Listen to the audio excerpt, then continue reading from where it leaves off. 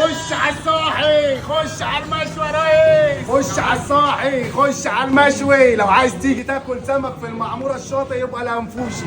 عندك الاسعار مفيش احلى ولا اجمل من كده. لو عايز تاكل اكله سمك جميله مفيش غير مطعم الانفوشي في اسكندريه المعموره الشاطئ.